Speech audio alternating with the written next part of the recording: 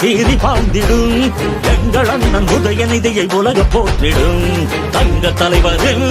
வீர புதல்வரே சூரியனாய் சுடலும் முன்னை கழகம் வாழ்த்திடும் கோடானு கோடி மக்கள் உரிமை மீட்டிட